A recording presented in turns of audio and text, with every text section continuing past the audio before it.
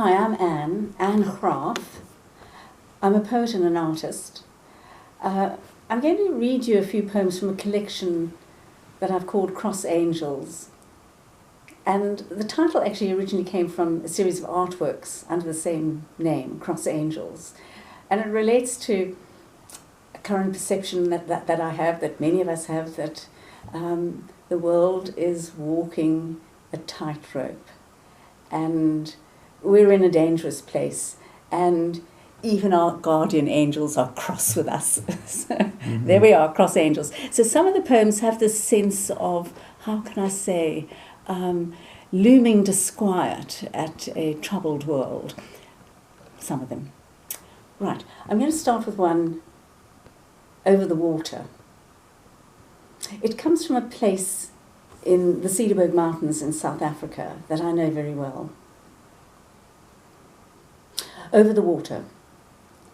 Walking in the white sand, we saw leopard paw, large and small, and thought we were mistaken. Then the night camera caught mother and cub in footage, resembling black and white X-ray. For years, nobody has seen leopard in these old Groot Winterberg mountains. Yet these shy creatures surviving. The elephants once were here too, have not been seen in a century except on a map. The olifantsrivier carrying their memory. Sometimes I wonder what it was like before European ships sailed in. One of those painted on a wall in a cave here. There is rigging from the late 18th century, daubed in red ochre on rock, amazingly accurate. Something observed sailing in. Elephants sailing out. Thank you.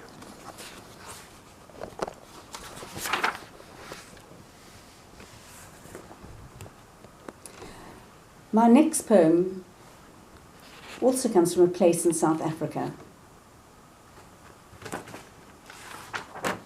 The Langebaan Lagoon.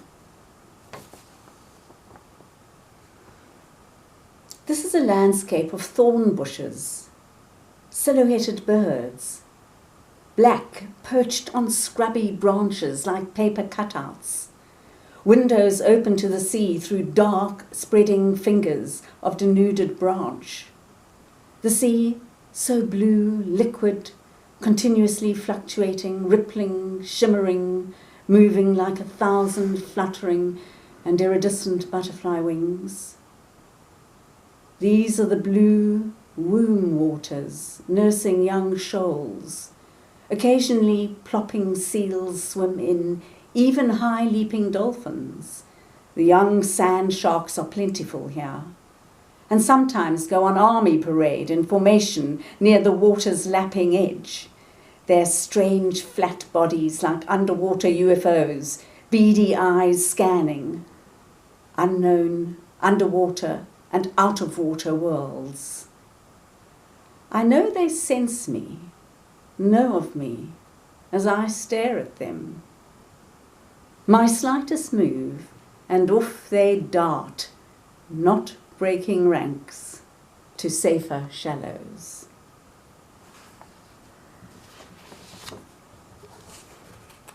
My worlds, I think, diverge. I mean, I have a South African connection. My father's South African, which is why so many of the poems are from South Africa. But I live close to Paris, and this next poem, The Colours of Water, is from Paris. The Colours of Water. A painted Paris doorway in French blue. A distant blue mountain range near Montagu. A Leonardo background landscape. A faded denim fabric. A tint of turquoise sunglasses. A wide sky on a hot February day. Blue for bibs, for baby boys. Lapis lazuli from a Cairo street market, the midnight glaze on a large flower pot. There is only attempted analogy for the unnameable and mercurial blue of these wild coast lapping lagoon waters.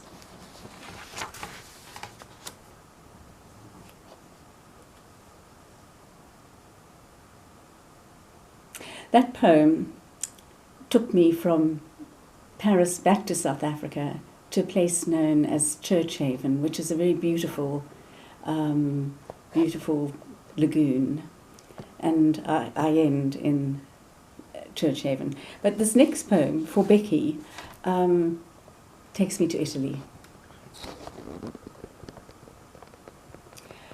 We did not know what to do with the sudden knowledge of your fatal accident.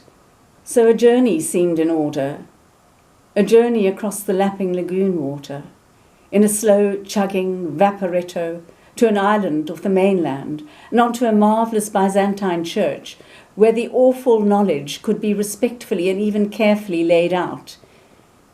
To the old gods there, spread across the apse in shining tesserae, the blue and gold of heaven imagined.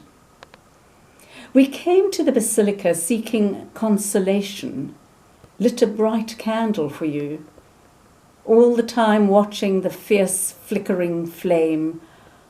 Our scant candle was a message to you, a little wind that might find its way past the wall of death and into your lingering and musical ear, to stir in you the quiet knowledge that on this side of our divide we search out your operatic songs, sometimes thinking we hear a snatch on a forest walk, or when we turn a corner in a Paris street and find ourselves unexpectedly facing some grand and battered old wooden door that will now not open.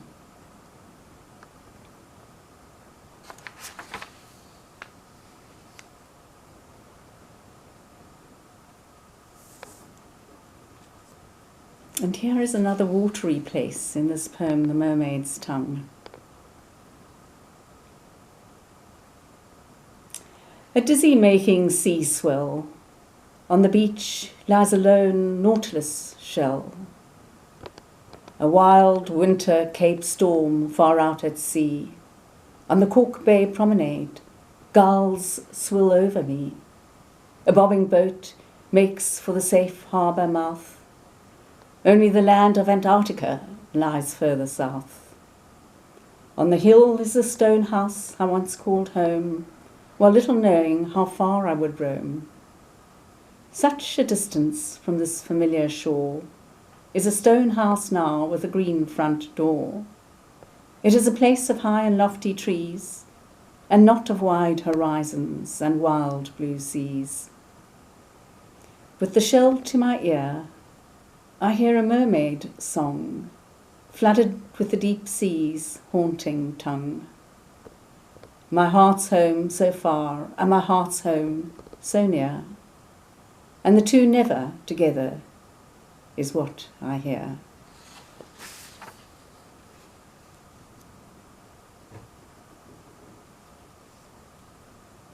Walking in Churchhaven. Pale sand of the shore, saturated turquoise lagoon, cloud misty salt marsh, so many pink flamingos, parading bright plumage in the white morning light. One leg up, one leg down, the balance of ballerinas, intaglio necks of calligraphy. A long bird sentence written in the landscape with the fluid pink upstrokes and downstrokes, solely for my brief attention, or so it seems.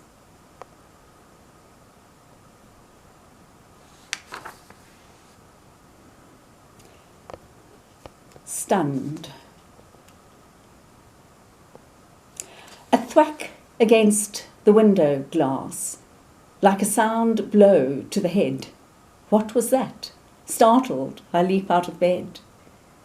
Is a bird now alive or dead? Opening a window, I lean out, look this way and that, to search the ground and scout. I scan the ground in doubt, nothing in sight. Perhaps the bird got away, unharmed, quite possibly all right. Did it simply take fright? But over lunch Christopher said, there is a dead bird on the path. My legs turned to lead. Almost under my tread, a small heap of feather and fluff. Bright yellow throat splash. Dead, not bluff. Life is frail stuff, cut off by glass mirage of clouds and open sky, in sealed shut windows at large.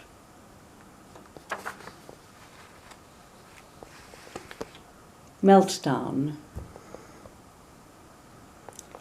The 5 plump grey pigeons flew up frantically like a warning exclamation and swung over the verdant green meadow where we walked, a curving white sandy path between long lazy grasses and summer field flowers. The 5 splayed in flight like fingers of a large and raised hand when reaching the hurtling river, as if for emphasis, pigeon grey water below, water grey pigeons above, the noisy water rushing fast and frantic, opaque like opal. Rock face mountain melt, tossing and swirling along, the white foam like bird feather tips in flight, migrating en masse. All this rush of rain from the uplands. More sinister too, the slow and sure glacial melt, hurtling down the long valley and through the old village, high up here in the Alps, hundreds, even thousands of years, washing down and sheer away before our eyes. Each time we come here, these ancient ice glaciers, nature's high roads, have shrunken back. Just a few more years, we now say. The glaciers will be gone, and the great rush of the river too will have migrated like so many birds.